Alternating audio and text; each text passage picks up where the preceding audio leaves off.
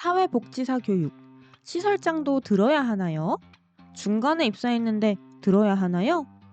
헷갈린다면 주목해 주세요. 안녕하세요. 국회의원 권 팀장입니다. 사회복지사 자격 소지자는 매년 사회복지사 보수 교육을 이수해야 하는데요.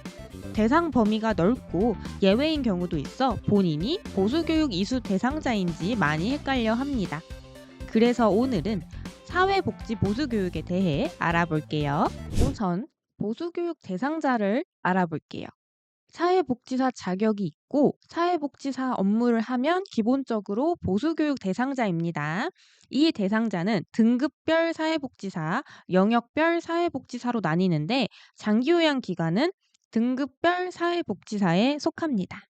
그 중에서도 주 5일 40시간 이상 근무하는 경우, 그리고 장기요양 기관의 코드 1번, 2번에 해당되는 경우, 그리고 1월 1일부터 12월 31일까지 당해연도 총 재직일이 6개월 이상인 경우에 해당이 됩니다. 그러니까 쉽게 말해서 내가 근무하는 장기요양 기간이 코드 1번, 2번이고 내 근무 형태가 주 5일 40시간 이상, 그리고 재직일이 총 6개월 이상이면은 이제 해당이 된다라고 생각을 하면 되시는데, 제가 좀 더 구체적으로 지침을 가져와 봤습니다.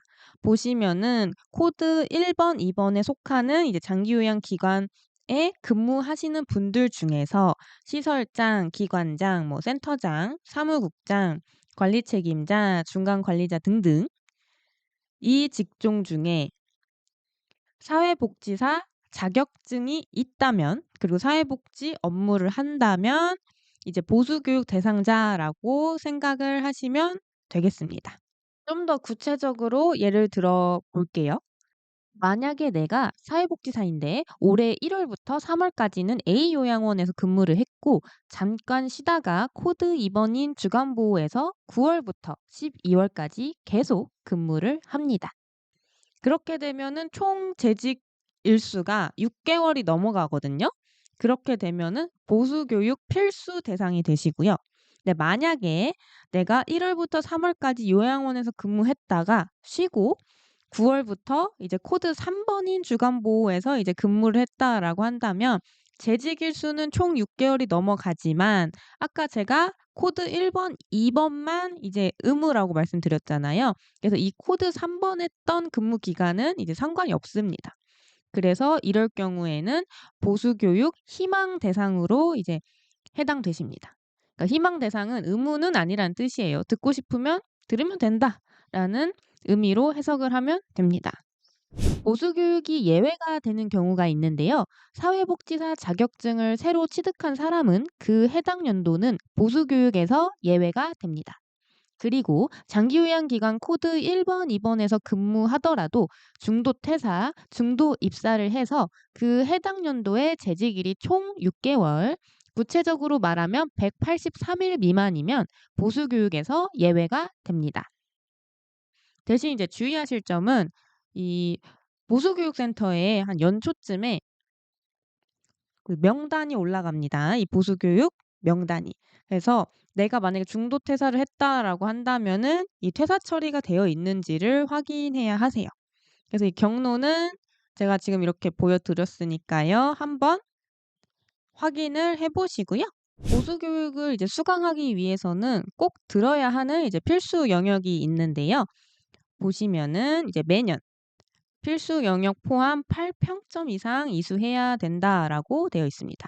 그래서 필수 영역이라는 거는 여기 나와 있죠. 사회복지 실천, 사회복지 정책과 법, 사회복지 행정, 사회복지 조사 연구 중 한 과목을 1평점 이상 필수적으로 이수해야 한다라고 되어 있습니다. 여기서 이 평점이라는 말이 좀 낯설 것 같은데, 이 평점이라는 말은 시간입니다. 쉽게 말해서. 근데 왜 평점이라는 말을 쓰냐? 이 교육 유형에 따라서 이 1평점의 기준이 이제 쪼끔씩 다르더라고요. 그래서 저도 이제 시간이라는 표현보다는 평점이라는 말을 썼고요. 구체적으로 보면은 이제 교육 유형에는 이제 집합 교육, 실시간 교육, 이게 녹화형 교육이 있는데, 보시면은 집합 교육은 이제 두 가지로 나눠져 있는데 종류에 따라서 2시간이 1평점인 경우가 있고 1시간이 이제 1평점인 기준이 있어요. 근데 웬만하면은 다 1시간이 이제 1평점이긴 하죠. 근데 혹시나 이렇게 세미나 워크숍으로 이 보수 교육을 들으시는 분들은 2시간이 1평점이니까 이런 차이가 있다는 점을 기억을 해 주시면 좋겠습니다. 그럼 이제 보수 교육을 이제 신청하는 방법을 알려드릴 건데 신청은 어렵지 않아요.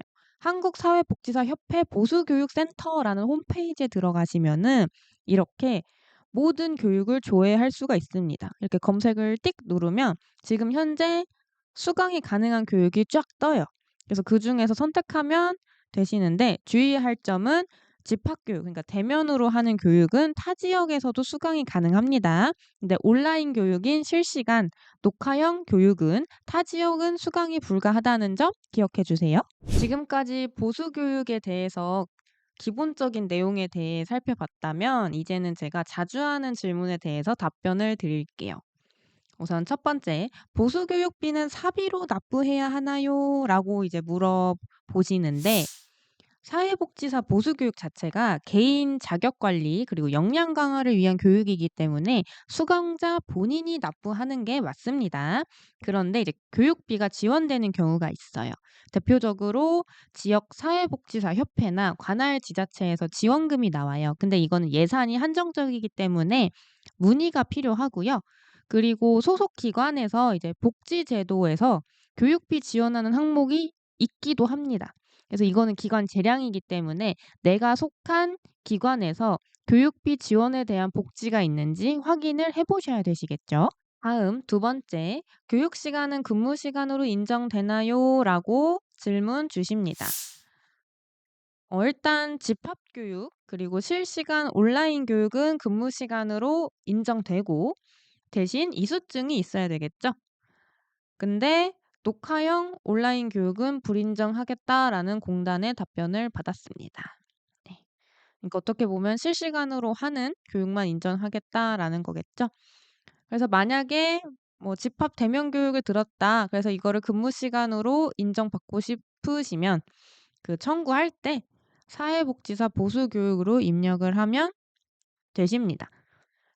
여기서 좀 더 질문이 들어오는 게 아까 저희가 사회복지사 자격증이 있는 사무국장도 들어야 된다라고 봤잖아요. 그러면은 청구할 때 "이것도 근무 시간으로 인정이 되나요?" 라고 많이 물어봐 주세요.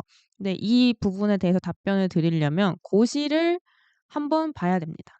고시에는 자격증 소지자 그리고 시군구에 신고한 직종 관련인 경우에만 인정을 해 주겠다라고 되어 있습니다. 그러니까 이거를 이제 어떻게 해석하냐에 따라서 답변이 달라지는데 일단 공단에서는 "사무국장은 사회복지사 자격이 필요한 직종이 아니기 때문에 인정하지 않겠다."라고 답변을 받았습니다. 그래서 이 부분은 이게 해석의 여지에 따라서 달라지기 때문에 만약에 이런 경우가 해당이 된다라고 하신다면은 교육을 듣기 전에 그 해당 공단 지사에 그러니까 우리 기관을 관할하는 공단 지사에 한번 문의를 해 보시는 게 제일 좋습니다. 공단 고객센터에 물어보셔도 되시는데 좀 더 정확한 답변을 얻으려면 그 관할 공단 지사에 물어보는 걸 권장드립니다. 세 번째, "해당 연도에 이수를 못하면 어떻게 되나요?" 라고 질문을 주셨어요.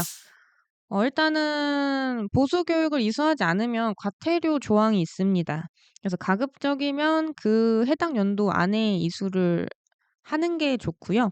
만약에 불가피하게 이수하지 못했다라고 한다면은 그 다음 해에 6월까지는 이제 유예가 된다고 하니까요.